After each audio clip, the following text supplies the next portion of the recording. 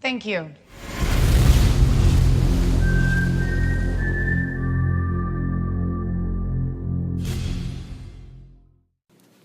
Directors in classical Hollywood made narrative and spectacle cinematic choices that reinforced gender and racial hierarchies.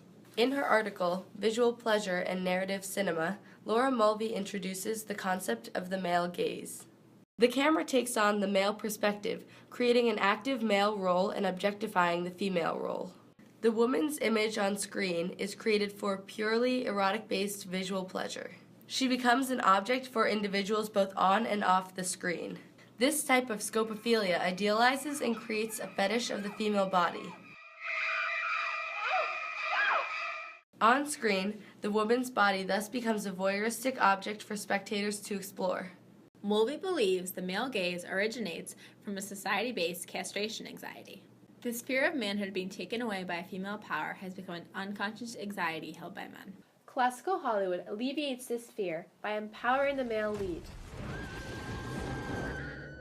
In these films, women are portrayed as the damsel in distress. The male lead derives pleasure from saving her, thus combating the male castration anxiety. However, it is arguable that the male gaze is also heteronormative and that is geared towards straight white men. Classical Hollywood directors used only white men for leading roles, making it mandatory for the spectator to identify with these characteristics in order to properly occupy the film's gaze. Spectator alignment with on-screen characters takes its roots in Lacan's theory of the mirror stage. In the mirror stage, the individual begins to align themselves with their reflection. The individual's initial mirror reflection becomes how they visually imagine themselves. Classical Hollywood directors utilized this to create the male gaze. They created heroes characterized by strength and bravery that male spectators wanted to identify with, such as Batman or Luke Skywalker.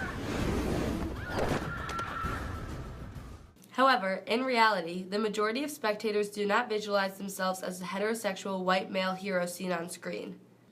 Film theorist Manthia Daiwara argued that the resisting spectator was a viewer who could not fully identify with the image or character on screen. Contrary to classical Hollywood, there has been an influx of strong female leads in Hollywood films in the past 2 decades.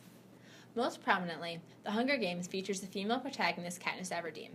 Played by Jennifer Lawrence, Katniss must use wit, skill, and strength to survive the Hunger Games.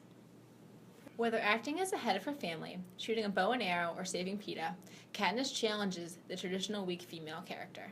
She is fearless in her fight against other Hunger Games contenders and the Capitol. She refuses to play in anyone's game.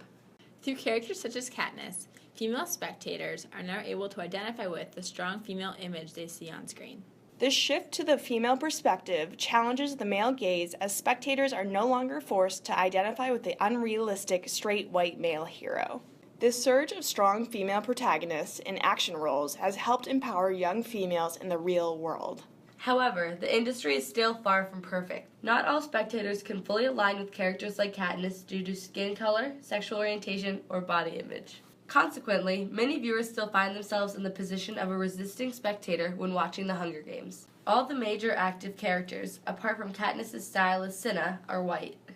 In the case of Cinna, the character of color is acting as a support for the white protagonist. Furthermore, the 2 black contestants in the games die within the arena because Katniss is unable to save them.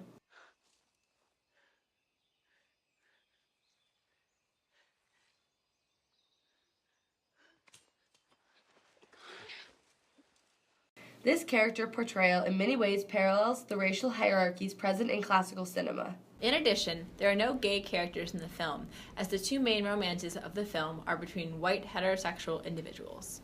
Daiwara argues this can alienate gay spectators who feel unconnected to Katniss and other on-screen characters. I couldn't imagine life without him.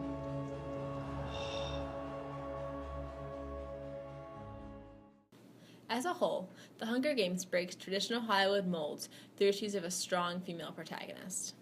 It challenges the classical male gaze through a non-objectified, active female perspective. However, Daiwara's concept of the resisting spectator still exists as non-white, non-heterosexual individuals may not be able to identify with Katniss or other white on-screen characters. While The Hunger Games features a strong female protagonist, the movie still portrays a very limited range of identities.